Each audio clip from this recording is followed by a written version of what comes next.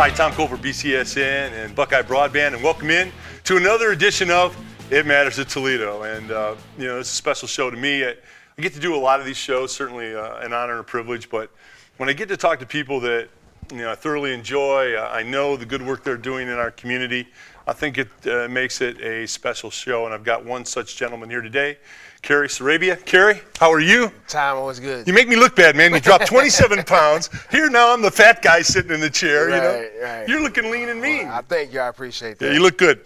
Carrie, RFS, tell the folks what that acronym is. What some people don't know. You're all over the community, but for the people that don't know. Right. RFS Behavioral Health, we are a behavioral health agency, so we're providing clinical services to the public schools, one of our community partners, as well as Fayette, Swanton, Defiance, Tenora, Ayersville, Patrick Henry. I think we're currently about serving nine different school districts. In total, it's about 64 total schools that we're serving, and we're also serving 2 states, and we're in 6 different counties. So what we do is that we're working with schools, and we have counselors in the schools each day that are assisting in behaviors that's helping the kids actually stay in school, decrease suspension, decrease referrals. Through the reduction of behaviors, we have seen the academic improvement. So we have our kids graduating. We have, as you know, I'm a big sports guy. I'm a graduate of Woodward High School. Former great football player sitting here. Thank you. I appreciate that. And so one of our biggest things is from behavioral health standpoints, we're really trying to get our kids involved with extracurricular activities. We actually do believe that the more kids are involved outside of just a school day, the more effective that they are. And we've actually seen more of the decreases in behaviors because coaches and after-school programs and YMCAs and all these other organizations that we community partner with, they do a fantastic job also as working with them, and they also assist with keeping these kids engaged and busy. I'm a big believer, idle time is nobody's friend, regardless of who you are. Right. And so we try to get our kids involved as much as possible with those different type of activities, and we have seen a lot of positive outcomes from that. Carrie, you're such a smart guy. That's a poignant statement in that I think it's connectivity with kids. I taught and coached for 25 years, high school and college. I think it's connectivity. I think that,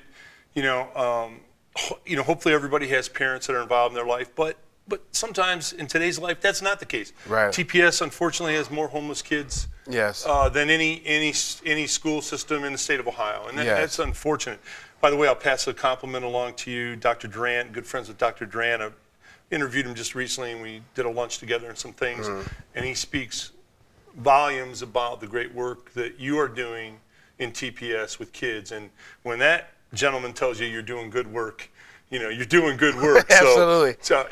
He speaks very complimentary about what you're doing with his kids in TPS. But I think, Carrie, it is connectivity. Whether it's a coach or a teacher or a tackle person in your organization or anybody on your staff, kids need somebody to literally and figuratively grab a hold of and say, you're interested in me. Absolutely. And I think that's part of what it's about. Absolutely. And I think, and to piggyback off that, Tom, I think a lot of times that people downplay the situations that we actually deal with in Toledo public schools. Right. And the amount of work, the amount of great work that the Toledo public schools do with the kids. I mean, I'm talking from the administration to the superintendents to the principals. Absolutely, they're great people. To the teachers. I know. We fight the battle every day with them, and we're, as an organization, we are truly honored that we actually get the opportunity to fight this battle with them, because it is a battle every day. To me, when we doing what we do is no different than being on the football field or playing a game or whatever it is. Every single day we wake up, we are in a battle. We are fighting for these kids on a daily basis, because what you just talked about is so true. We have kids that are coming from single-parent homes, domestic violence homes, a lot of trauma, and a lot of things that we downplay. A lot is the environmental factors that contribute into a kid's behaviors. I mean, a lot of times we talk a lot about in our agency is that kids in our program that may on the surface be doing well, and on the surface what we talk about is kids that are having, doing okay academically or doing well academically, kids who aren't really being suspended or having referrals. But what happens is these kids are still going home to traumatic environments after the school day, and they're going home to poverty, they're going home to hunger, they're going home to a incarcerated parent or whatever. And it's not all, but these the things that our young people face today are things that you and I could never imagine. And even when we talk about that, as you know, my backstory, my story is that I am a past convicted felon, and I am an ex-drug dealer and an ex-cocaine addict, and I was able to recover my life after I got done playing high school and college football. And I admire you so much, because you know what? The success that you currently have, and which is you are looked as a person to be looked up to in our community, a person that's highly respected in our community by all the people in the school business. Right. You could sit back and say, that didn't happen. I've always been this guy sitting here. I admire so much that you're willing to tell that story.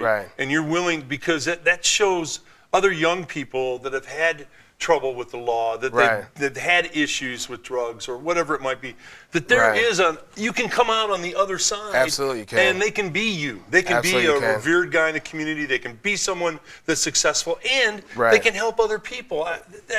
Exactly. What's in you that makes you do that? Because a lot of people wouldn't do that, Kerry. I'll be quite honest with you. I think if it wasn't for me having the foundation of my parents, I was honored to have my dad as a football coach all the way from when I was basically in kindergarten. It's funny, when I was in kindergarten, I was actually playing fourth grade football in CYO. They just didn't know that I was just that you're big. A big guy, right? I've been in that classification. So back in the day, CYO used to be really big. So there are days that I would go play in fifth grade. I used to play the little league, but then I would go switch jerseys and play the 7th and 8th grade league. So I played two games in a day, but I contributed a lot of that to the part that I had living in a two-parent home until my dad passed away his freshman year, and I think that's when a lot of things adversity hit in my life. The wheels came off. The wheels came off a little bit, and I got lost for a long time, not just a little bit, for a long time. But what was the turning point for you, Kerry? Was there a light bulb moment for you? Was there they always, I really struggle with when people say, well,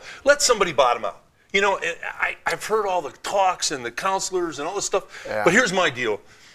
How do you know what somebody's bottom is? And their bottom might really be death. I mean, what happened to you? Was it a light switch moment? Was it a bottoming out? What was it? It was a moment that I always say there was no epiphany for me. It was mine was that I couldn't do any more from that standpoint. When I say I couldn't do any more, that meant I ran away all my family. I ran away all my friends. I ran away anybody who supported me. I couldn't borrow any more money from anybody. So you were isolated. I was isolated. So there was. So when I say what made you change is the factors made me change. Got it. Not necessarily that I wanted to change at that point in time. Right. Because at the end of the day is that when you live that lifestyle for 8, 9, 10 years as I did, what happens is that you that becomes your life, and you don't understand that there's life actually beyond that. Right. And that's a scary thing, and it's no different with athletics. I've been fortunate enough as RFS. The first letter of RFS is Brian Robinson, which you're well aware of, and he is a great friend of mine and was my daughter's godfather, who passed away and played 14 years in the NFL. Great player. Great player, great guy, and I was very fortunate that I had the attributes that were instilled in me through my father playing grade school football and high school football, and me playing college football. Without those attributes, I don't know where I'd be at today. And two of my favorite words that I always express to my daughter is perseverance and fortitude. And most people don't succeed because they don't have those instrumental people in their life that can stress those kind of attributes to make people change. And that's difficult, because what we deal with today, Tom, is it's generational poverty, generational criminal way of thinking, environmental issues that people don't go into play.